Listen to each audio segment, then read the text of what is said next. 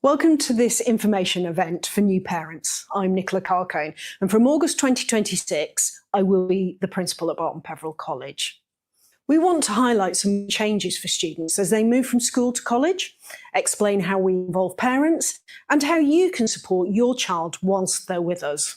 Barton Peveril enjoys a fantastic reputation and is the most popular choice for 16 to 18-year-olds in the region and in the country.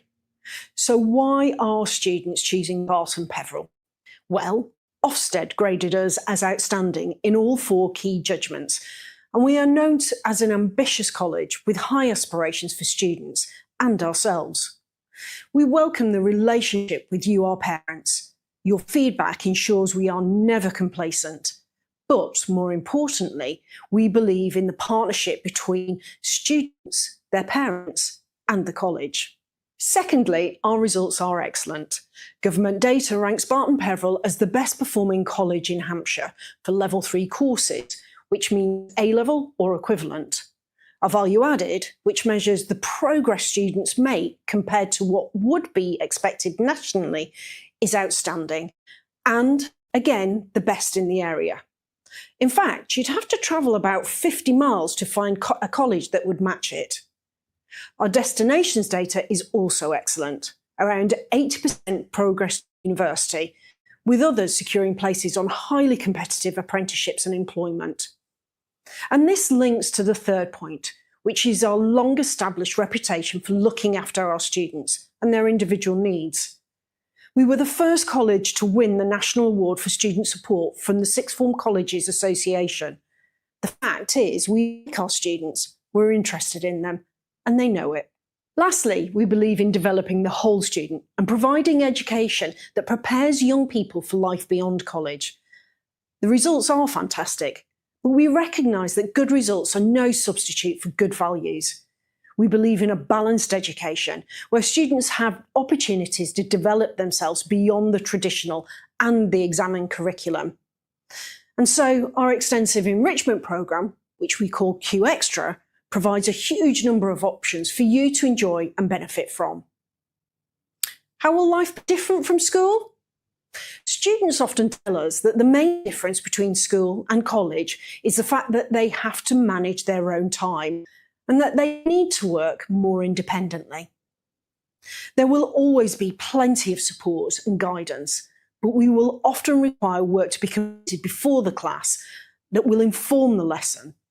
This could be reading, researching, or perhaps learning a new concept.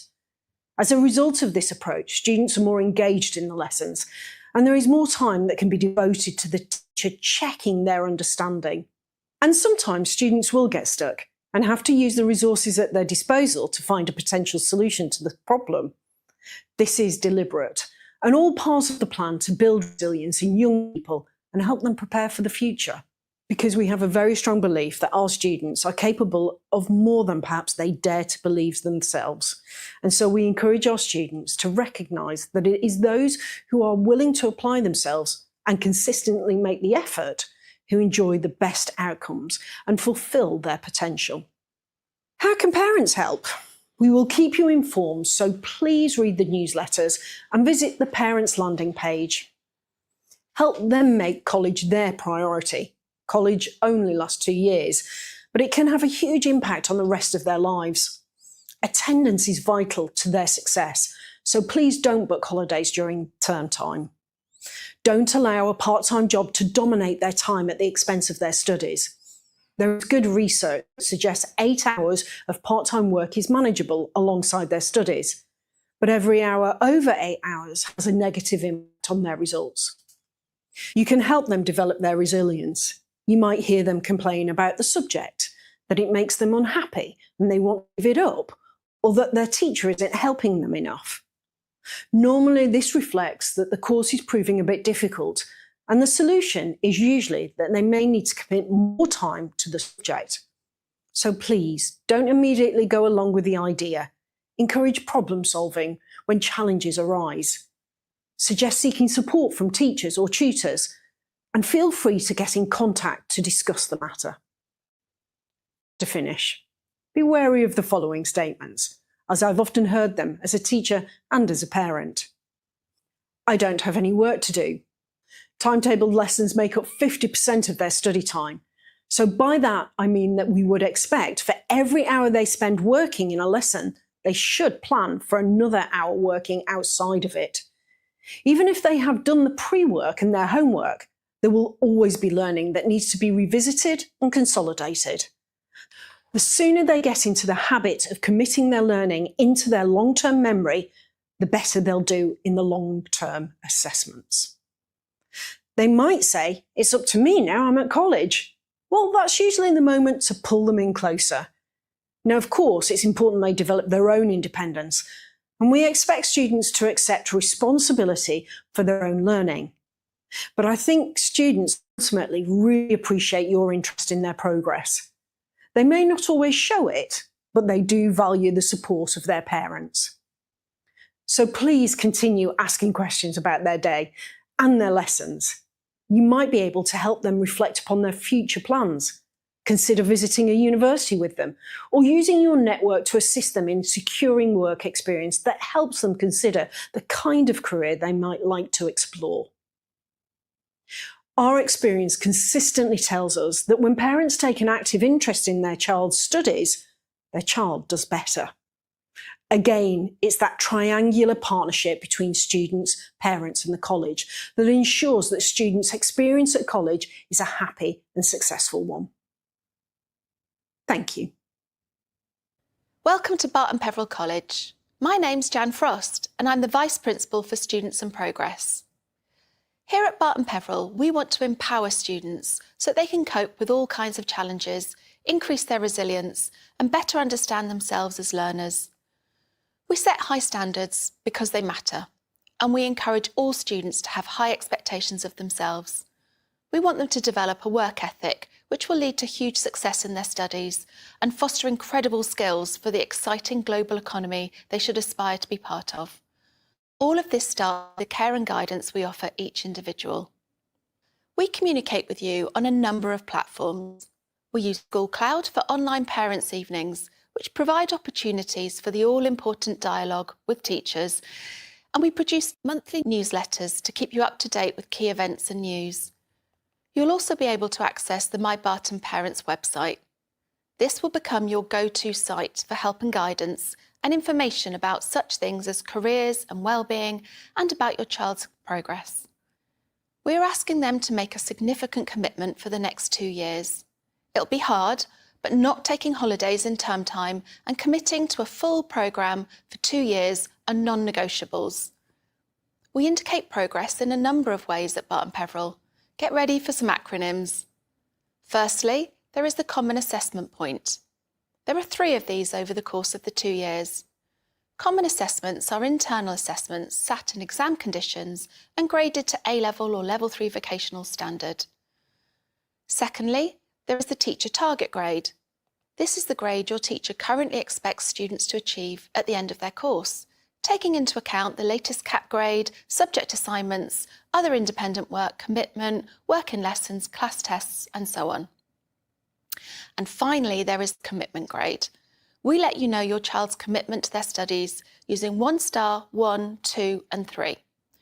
Part of achieving brilliantly at A-level and Level 3 vocational courses is the ability to stay focused, complete work, and fully engage in every lesson. These 3 grades will provide the data needed for you to understand your child's progress. Connected to this, of course, is attendance, and the website will help you monitor this too. Your child's tutor will be your first point of contact. For the huge majority of students, this will be one of their subject teachers, which means the contact with the tutor will be at least 4 days a week, and where possible, the tutor will be the same person for the 2 years at Barton Peveril. The tutor, like you, will use the same data to check on progress and will liaise with teachers on your child's behalf. Significantly, the tutor will write your child's academic reference, which will be used for university and job applications. The student progress advisors are rather like a head of year. They are safeguarding specialists, expert motivators and troubleshooters, and promote building learning power to help students manage the ups and downs of academic study. They work closely with the careers team and offer outstanding advice on employment, work experience and access to the most competitive universities. Students can book online appointments whenever they want and as many times as they want. And where possible, I would encourage you to attend too. Pathways to careers and study change quickly, and it's valuable to have an open dialogue with those in the know. The Health and Wellbeing team, composed of nurses, counsellors, emotional literacy support assistants and mental health practitioners, are incredibly proactive when it comes to promoting physical and mental wellbeing. But we're also aware that these students need support as they develop study skills, increase resilience and aim high. In liaison with the tutor programme, we'll be doing all we can to make sure our new first-year students are confident learners. We are also extremely lucky to have incredible learning support. Hopefully you will have been in touch with learning support already, but if not, there's still time to contact the college about your child's learning needs. We are really proud of all members of the pastoral team. This, coupled with the fact that Ofsted recognised we are an outstanding provider where learners report that bullying and sexual harassment are not tolerated, shows that we care deeply about the welfare of all of our students. Our most recent report highlights that learners feel safe at Barton Peveril College. There is a calm and purposeful environment that is strongly focused on learning. Learners and staff are very respectful, and there is a high level of trust. We can also offer financial support at the college. Applications for the Student Support Fund can be found on the college website. This is designed to help families with the cost of college, including bus passes, curriculum resources, printing costs, and even trips. From September 2025, students from households with an income below £37,500 per annum will be eligible for the Student Support Fund. For more information about transport, please follow the link on our website to our bus service provider, where you can find out more about routes and journeys. So, what happens next in the admissions process? There are some important dates for your diary. So firstly, enrolment days. These are on the 20th, 21st, 24th, 25th and 26th of August. Students will be sent an appointment time, and we recommend that you attend with them. You might think of questions to ask that they haven't, and it's always good to hear the advice your child has been given, so you understand the background behind it. There are two schools of thought here. We want your child to be happy, and we want you to be knowledgeable. Please make sure you check the prospectus for individual entry requirements, as GCSE results can affect the final programme of study. And then first year students will begin their studies at Barton Peveril on Monday the 7th of September. The initial 2 days will be just for first years to help them settle into college life, and we really look forward to seeing them busy and purposeful on this, the next step of their academic journey. Thank you for choosing Barton Peveril College. We are an outstanding college with excellent support provision, and we will take very good care of your child.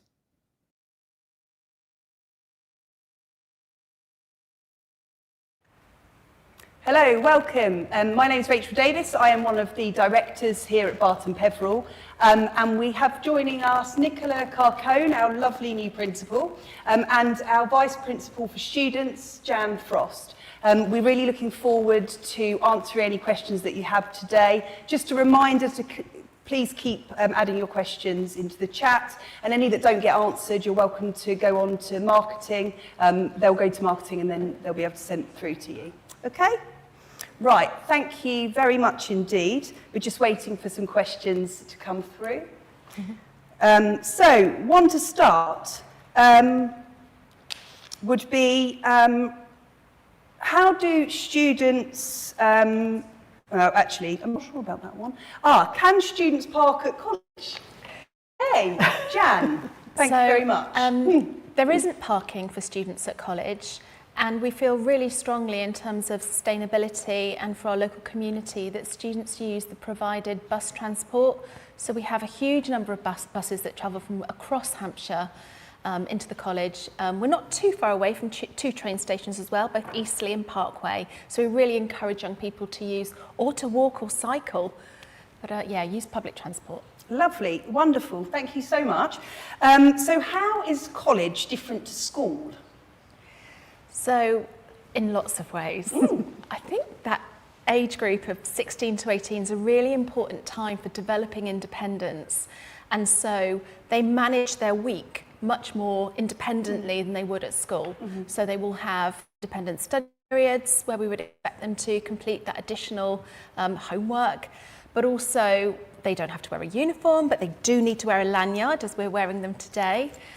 There's no bells. So lots of differences actually, and we're all about preparing students for university, but also employment. Mm-hmm. I think alongside there is sort of places for them to have like coffees and drinks, isn't there, as well as lots of study areas. But I think the one that they always find quite interesting is when they get here and they get to call teachers by their first names. Always get missed for quite a while, and then suddenly they realise they can call me Rachel. So yeah, no, it's a lovely place to be for them to sort of grow up in. Thank you. So another question, are there opportunities for work practice or placements for students? Do you want to take this one as well? Yeah, absolutely. So yeah, we encourage all of our students to undertake a work placement during their 2 years with us. And if they're doing a predominantly vocational program, so sort of BTECs, diplomas, extended diplomas, then we also have a dedicated work experience week. Although on some courses, they do actually spread that right across the year. And again, it's really important that they're developing those career skills that will make them very employable after college. So what we do ask them to do generally is to identify their own work placement, and using contacts from family and friends can be a really rich source of those placements. Yeah, absolutely. Thank you so much. So can we ask to change the enrolment date if we can't attend the specific dates that we've been given? You can. We much prefer it if you can stick with your appointment, because we're enrolling 2,500 students across 4 days, so it's very carefully planned. But if you're not, or you're away on holiday, you can give us some advance warning about an alternative date, and with a very small number we can actually enrol students remotely as well. But I would add to that, you have to have your results for that. And therefore you will need to organise a member of the family to pick those results up from school, because schools won't release them. So there's some organisation that sits behind that. And we really do prioritise enrolment. It's such an important part of the whole process, don't we? So people are on the right courses and really happy in what they've decided to do. It's another opportunity to have a discussion about the career really in the future plans. So we do think in person is best. Yeah, lovely. So is there support for low-income families for bus passes, and is there an option to do it with instalments? Yeah, absolutely. So all of our young people would pay in 2 instalments, so once in September and the second instalment in January. If you are from a low-income family, so that's a household income of below £37,500 a year, then we pay for the total amount of the bus pass. And if you're coming by another form of transport, train for example, we also contribute to that. In fact, we actually do subsidise all bus passes for all individuals. So I know it seems like a large outlay at the beginning of the academic year, but those are bespoke routes for our students. And if you live locally, you can use Blue Star evenings and weekends and holidays as well. So it's really good value, I think. I think what's really important to be aware of is if there is people with low incomes, then it's just important we will try and support students in any way we can to make sure that they will be able to kind of access everything. So it's definitely worth a conversation once they're here or before. Yeah, not just bus pass. Obviously, all curriculum resources are covered. There are certain trips that are covered as well. We also cover things like photocopying and printing costs. So whatever's needed for their curriculum progress, we will support financially. And this year, during enrolment, we will have a specialist team helping with that. Fantastic. Lovely, thank you. I think to some extent this has been answered, but maybe if you want to think. So is there opportunities for work practice or placement for students? I mean, I see that's probably about work experience, which we've covered. Yeah, I think we've covered that. Yeah, I would say. And we do, through our tutor programme, we do develop some of the skills and prepare students for interview, for going on to employment. And we've got a really good careers team who also support with work placement and preparation for work experience. And I'm going to add to that, because what happens in the classroom is really important. So we do preparation for skills beyond, I think, the academic, and we do that within the classroom setting. For example, in the science department, we will work with local industry to get students to have an experience. Sometimes it's almost like responding to a brief that students have been set. So there's opportunities throughout college, both in classroom and outside. I'd say that students often come here a bit nervous, not very confident, and most of them, or a huge amount, walk out so much more confident from speaking in lessons, being involved in things, and I think, you know, it's a wonderful place to be. So the next question, following the taste today, my child would like to change their choices of subjects. How do they go about doing it and when? We prefer if students don't change it without kind of really lots of thought and research into where those courses might take them. But it is possible to change. So on the taste today, they'll attend 4 subject areas, and they'll always whittle that down to 3 when they start in any case. It is possible to change at enrolment, and we do have a very small window once the timetable starts where we do allow changes. But of course, what we don't want students to do is to change into something that they haven't had that kind of thorough conversation and research around. It goes back to enrolment. That's why in-person enrolment can be really useful. Absolutely, thank you. So are computer and print facilities available to students? What are the access times and when are libraries open? At weekends maybe, or?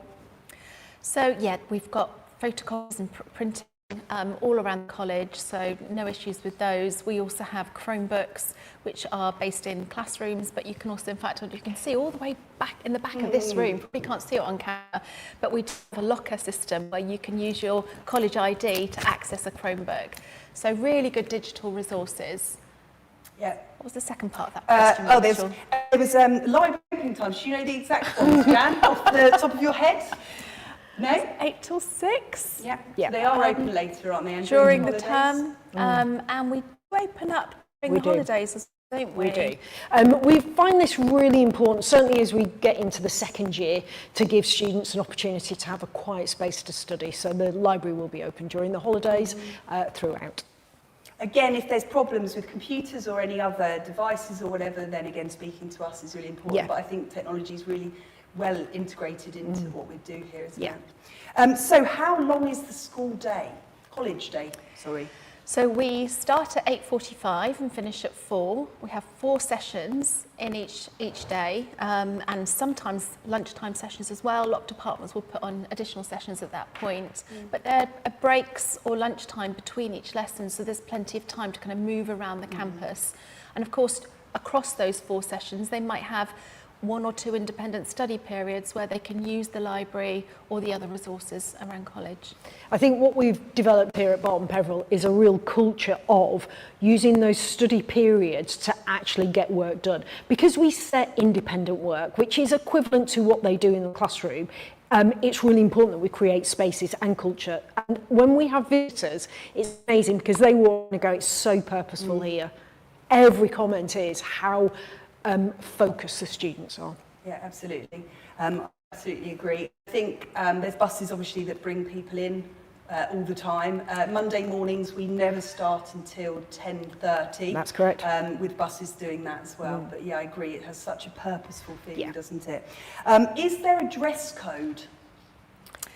There is an expectation for students not to wear anything that might be offensive or indeed inappropriate for a professional working environment, but it's absolutely fine to wear jeans, joggers. You know, it's a chance to express yourself, isn't it? It's one of the great things about not wearing a uniform, I think, at college. I always love it in the first few weeks when everyone's very dressed up and looks lovely, and then after a while everyone ends up in their jogging bottoms or something more comfortable to learn in. Yeah, no, I agree. Mind you, with the hot weather, that's always been a bit interesting, and I think it's always making sure to be covered up to some extent. If it's more suitable for the beach or a festival, then it's probably best to not bring that onto site. There you go. Lovely, thank you. Do you do the EPQ? And when is this usually discussed and arranged? Okay, so we do the EPQ. It's one of my favourite courses at Barton Peveril. It's something that we have first years sign up for at enrolment. And then we have a period where we are doing lecture-based kind of delivery, and then it goes to supervision. So it takes place in the first year. So by the end, usually about early in May, they hand in their EPQ project. Lovely. I think along with what we were saying about work placements and things, the EPQ is so fantastic for independent learning skills and working skills and gives them so much. There is no other qualification at level 3 A level that requires students to do a presentation and assess their own skills. And I think it's so valuable. Incredible. We do a lot of work with the University of Southampton, and in fact the University of Southampton have asked our students to deliver at their annual conference because of the way in which our students can manage difficult topics with aplomb. Yeah, they're amazing. Thank you. Do students have to do a Q Extra, and when would they need to apply for this? Okay, so we advise students do at least 1 Q Extra. What we're really moving towards is do as many as you can, because this is the profile that builds you or builds students ready to take on anything after college. So you sign up for a Q Extra at enrolment. Our Q Extra programme means that there is a huge variety of the way we deliver it. So it doesn't have to go on for a full year. It could be a Q Extra that is a 3-day training course. It could be Duke of Edinburgh, which you commit to for a year until you get your a level qualification. So there's an awful lot going on in terms of our Q Extra offer. And I think we've got something that suits everyone, but we've also got things that take people beyond their comfort zone. So we've got things that are attached to a curriculum area, but we've also got things like street food cooking. I think is a brilliant skill to take to university. I know. So we do recommend, because ultimately what we believe in is fully rounded students. This actually it moves nicely on to the next question, in fact, because our Q Extra programme would probably help this. But what support is available for students' mental health and well-being during the 2 years? I'm going to hand over to Jan. So we've got a real suite of support. So one of the things that we developed over the last academic year is a new health and wellbeing hub, which is in this kind of central area where we're located now. And within that hub, we have a range of different support staff, including counsellors, emotional literacy support assistants. We've got a mental health practitioner. We have a manager in that area, and there is always someone on the reception desk in that area. We have a hub space where students can come in and decompress. As of next academic year, we'll have a sensory space that students can use as well. In addition to that, every student is allocated a student progress advisor. And the SPA, who is similar to a head of year, has responsibility both for the well-being of that individual student, but also for their progress at college. And they're the single point of contact, really, for a parent. If they're concerned about their child, they should get in touch with the SPA, and we can provide support from them. I think we all understand, don't we, how challenging it can be to be a teenager, and especially at sort of college age. And I think one thing we do brilliantly is really try and support the individual. One thing you didn't mention, I don't think, was Stanley, the therapy dog, as well. How could I forget? Which is one of my favourite things, to go and pop down to see him if I've had a bit of a bad day. Me too. So our next question, if students don't achieve the exact grade for the course they've chosen, what should they do next? Should we still contact the school? Maybe it's the college potentially. There's two questions here. It's about the entry grades, the flat entry grades, but also the ones for particular subjects, isn't it? Yeah, Do you want to take that in terms of enrolment? So our basic foundational entry requirement is to achieve 5 GCSE grades 4 and above. If you've not met that requirement, and within that you need to have either English language or maths GCSE as well, so one of those. If you've not met that basic requirement, we won't be able to provide a level 2 programme here, but if you want to come in still and talk to someone and get some advice and guidance, we're still more than happy to give that.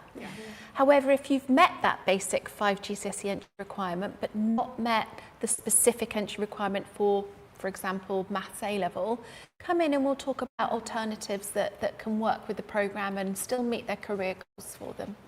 Lovely, thank you so much. So in terms of the Aspire programme, do you apply for this at enrolment?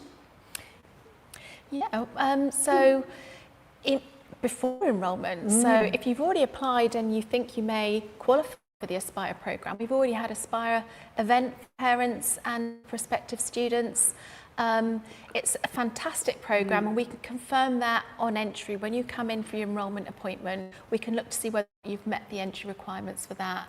And obviously that support and that provision is available throughout their time at college. Absolutely, and I think it's a really incredible opportunity for students. However, I've seen, our students have amazing destinations that they get to with the Aspire programme or without, in fact. Yeah, and I that's true. think, we make sure that all our students are supported to get to where they want to be if they're willing to work hard. Do students have a tutor? Yes, all students have a tutor, and the tutor programme is really important to us because, again, it goes back to that preparation for life beyond college, and that's how we deliver that programme to students. It's 90 minutes a week, so it's not like school where it's a registration every morning. And in those 90 minutes, what we have is prepared work, but we also have a series of one-to-ones as well. So the tutor becomes a conduit to check on programme in those moments. It's worth noting that it is a mandatory part of our programme, and it's essential that students do attend every week because quite often communication will come through that tutor. But also the tutor is responsible for providing the reference going forward.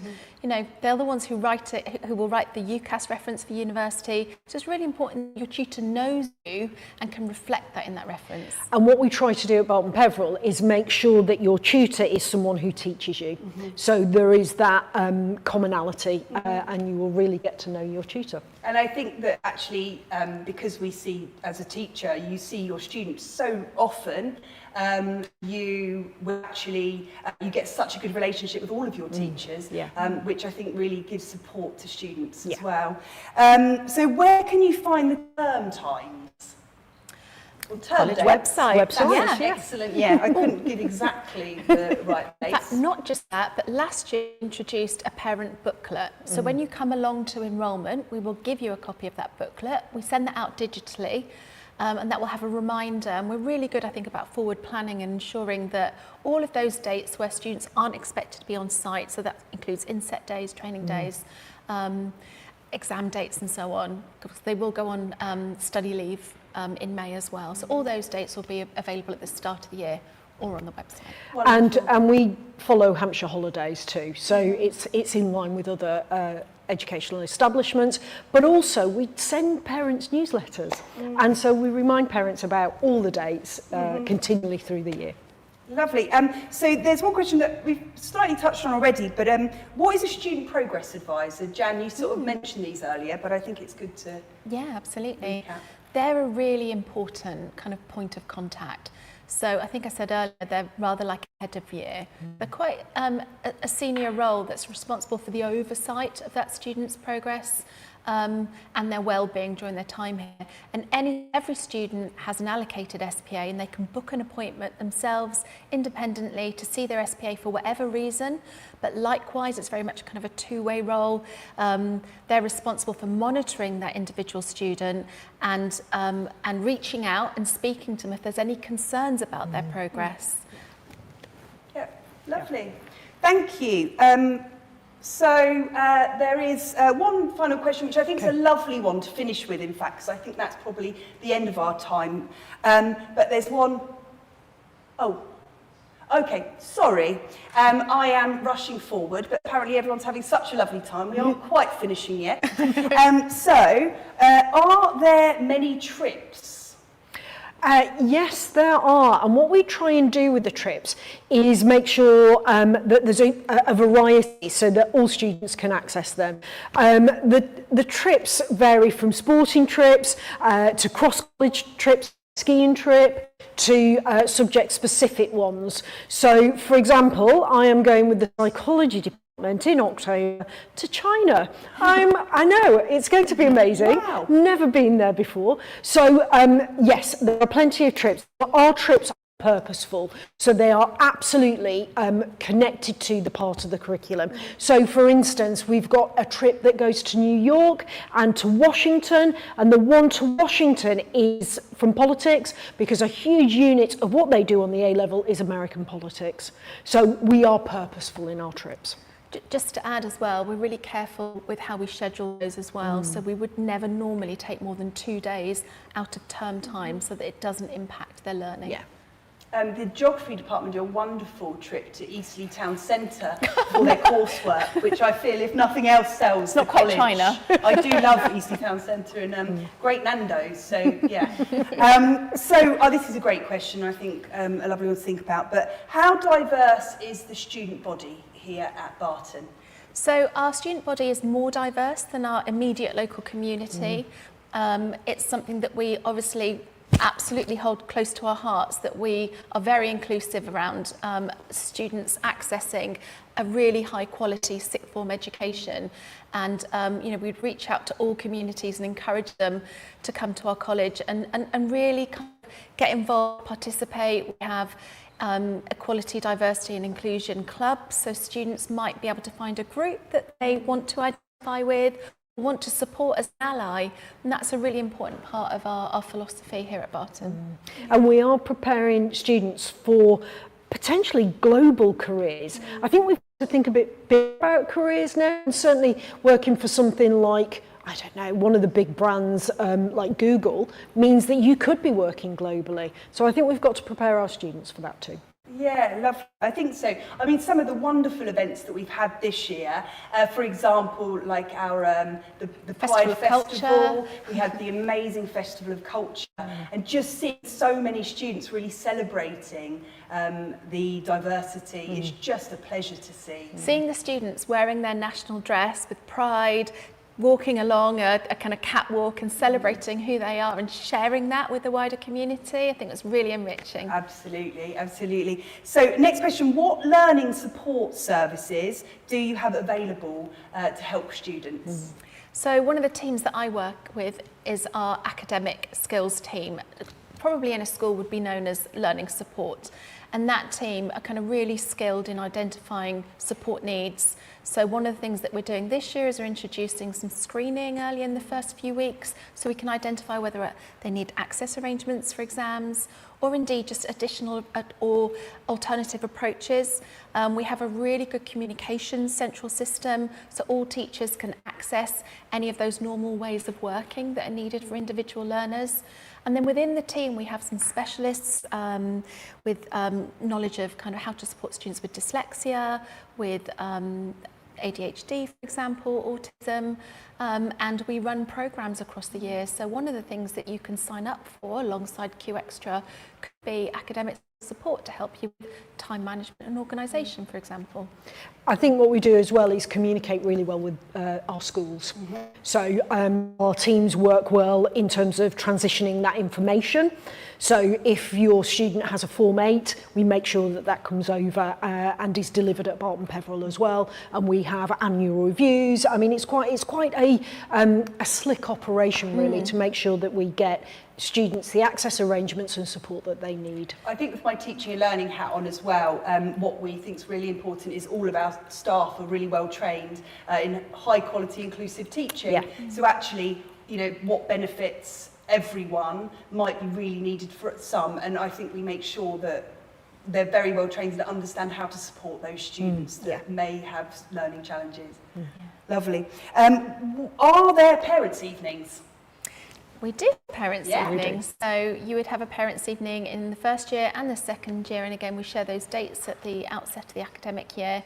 We do them remotely, so we use a school cloud facility to allow parents to kind of book. We also contact parents that we know that we would like to have a conversation with in advance so that they get priority booking, and any students with additional needs as part of our kind of inclusivity policy, we would reach out and have those events too. But of course we would also have an annual review, and in some cases we would invite parents in for meetings, particularly where there's maybe concerns around progress, and that's where the student progress advisor that we mentioned earlier would kind of come into play and liaise with parents. In short, we don't have to wait for a parents' evening to talk to parents. Agreed. Lovely, thank you. So holiday procedure, is there any way of taking out students during term times? We would prefer not. So we're pretty strict actually about those expectations. all of our students should have 95% or higher attendance across the year. We're really ambitious for that because we know that being in the classroom is what gives them the best opportunity with the highest outcomes. There are some small exceptions that we do allow. We have students who compete, for example, in sports competitions nationally and internationally, and we do make some allowance for kind of taking part in competition during term time, but that would be on an individual kind of case-by-case basis. Lovely, thank you very much. I think with that as well, if they do go away for say a week, the amount of work that's expected with independent work and in those 4.5 hours of lessons, there's a lot for them to catch up, and I think that can cause anxiety for the students. So actually, really, you know, them being in every lesson makes a huge difference to their well-being. Massive difference. There's been some new research actually on attendance and outcomes from the college's Sixth Form Association. So this is across sixth forms in the country, and the key thing is attend and then attend. Yes, absolutely. Lovely. Thank you so much. This is two questions, I'd say. One is the expectation around personal laptops and iPads at college. And then there's a question about security on site. So if we start with iPads and laptops in college. Does that mean you can bring them in? Yes, absolutely. You can bring your own device into college. We see students working in this area actually, and they will work independently using their own, and again, borrow ours as well. So yes, we do not mind that at all. They can log into our Wi-Fi. We use Wi-Fi similar in the way to universities use it, so you log in. So no problem at all with that. And I think sometimes students prefer their own devices as they learn. Is it worth mentioning the digital equity scheme Absolutely. as well? So if you're from a low income background, then we can provide those devices as well for the duration of studies. So that next question, we obviously, the safety of the students is incredibly important to us, but what safety measures do we have on site to keep them safe? So we absolutely prioritise safety. I'm responsible for safeguarding. We have a team here who work on both entrances to the campus of our security team, and they ensure that every person coming onto site is either registered as a visitor or is wearing their college lanyard. So we mentioned lanyards earlier on, but it's absolutely vital that students wear those at all times on campus in order to access the site, but also to access many of the buildings. So a lot of the buildings require this to even get into lessons and classes. And if a student forgets theirs, they do need to register with our reception team, and they'll get a temporary sticker for that day. But it's really important that they wear their lanyard. I see mine as like a necklace, really, like jewellery. I think it's amazing when students decorate theirs with their badges. Oh, absolutely. Yeah, mine. Oh, yeah, lovely. I Like the students. The platform where we can see student progress online and keep communication, where is that? Or can you remind them? Okay, so what we have our own system called Focus, which is where everything about a student gets recorded.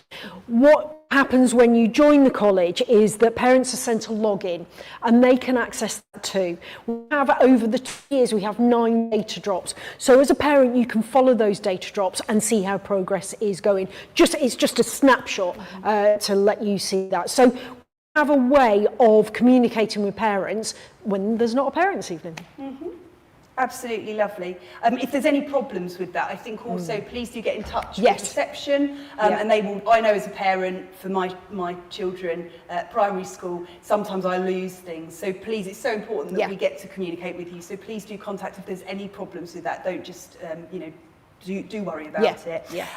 How can students meet new people while at college? That's a nice question. That's a really exciting and important part of feeling that you belong. And because we're a big college, it gives you an opportunity to find other people with common interests. So one of the things we do in the early weeks is we have a Freshers Week. We have an event Thursday where the current second year students run stalls and they invite new first years to come and join their club and society. The Q Extra is another really good opportunity, your tutor group. I mean, we really do kind of place an important emphasis in developing those kind of social skills and connections, because we know that happy students are often thriving students. I know I'm a psychology teacher, and actually, because they've got 4.5 hours with that class and we sort of move around and we discuss and we do activities, they end up often becoming really good friends with each other and having a lovely sort of group within their classes as well, which is lovely to see, really lovely. There's some really lovely questions, all great questions there, thank you very much. Will they all get answered? If not now, then later? Shall I just go for that one? So, if they are not being answered now, unfortunately we can't answer them all. If you want to email in, then you are welcome, and that will be answered by marketing. And so if there's any issues, that's absolutely fine. Okay? Yeah. But thank you so much for everyone that is asking these questions. It's really lovely. What's the food like? Food is incredible. There are so many different outlets, aren't there? And each outlet has a slightly different kind of provision for you. But brilliant if you are, if you need a gluten-free diet, if you're vegan, for example. My preferred place to eat is in the main restaurant, where you can have either kind of your standard fare of kind of nice kind of chicken and lots of kind of different cultural foods, but we also do have a health bar where we've got salads and we've got jacket potatoes. I mean, the food is really excellent. And the roast dinners, I mean, I think they're absolutely excellent, really good value for money. I'm a really big fan of Jan here. I think what's wonderful as well is the cafes. I think that's where it feels like a small university. So you can go, get a latte, sit with your device and get on with work in those incredible spaces, really. So I really like the cafes. Yeah, it's got a lovely vibe, hasn't it? A really sort of light, airy, sort of uni vibe. Yeah, absolutely. So what female sports clubs and music clubs are available? So, for the sports, we have rugby, cricket, football, and then we have mixed hockey. Yeah. There's quite a few. Volleyball is mixed. So there are quite a few, almost like niche sports, I would say. Badminton. I was going to say badminton as well, yeah. So netball's a big one. Netball's a big one, of course. There's also always an opportunity here with our Q Extras and what we'll offer. If someone's really interested in doing, having a club or doing something, we're always open to starting things if they'd be interested. In terms of the musical side of it, I'm not sure about female-only ones, but well, we've had things like it depends on the musical instrument, but we have things like quartets. That can be either through studying music or part of a Q Extra as well. That's a wonderful thing about that. Even if you don't do music A level, you can still carry on with your musical instrument here. I certainly saw the dance they had, Swan Lake was it, which was production, but I don't think it was through doing dance as a subject, not only females, but it was people that really enjoyed ballet outside. Yes, absolutely. Who were then doing it, which Our was dance phenomenal. Q Extra, I mean, they are award-winning, literally award-winning. Absolutely. There is, just to add, there is a student-run club for autistic female students that's been popular, and we have Feminist Society, but the Feminist Society is for all feminists, which means any gender can join. How wonderful. Got so much on offer, isn't there, that I didn't realise about. So that was the final question. Thank you all so much for watching. As I said, if there is any further questions, you can see the marketing email at the bottom of the screen at the moment. Please do get in touch and somebody will let you know and answer your questions. We are really excited to see lots of you, in the coming year, and I hope you have the most wonderful summer. Thank you so much, and thank you to Jan and Nicola for being so wonderful and helpful. And you, Rachel. Thank you. Pleasure. Thank you very much.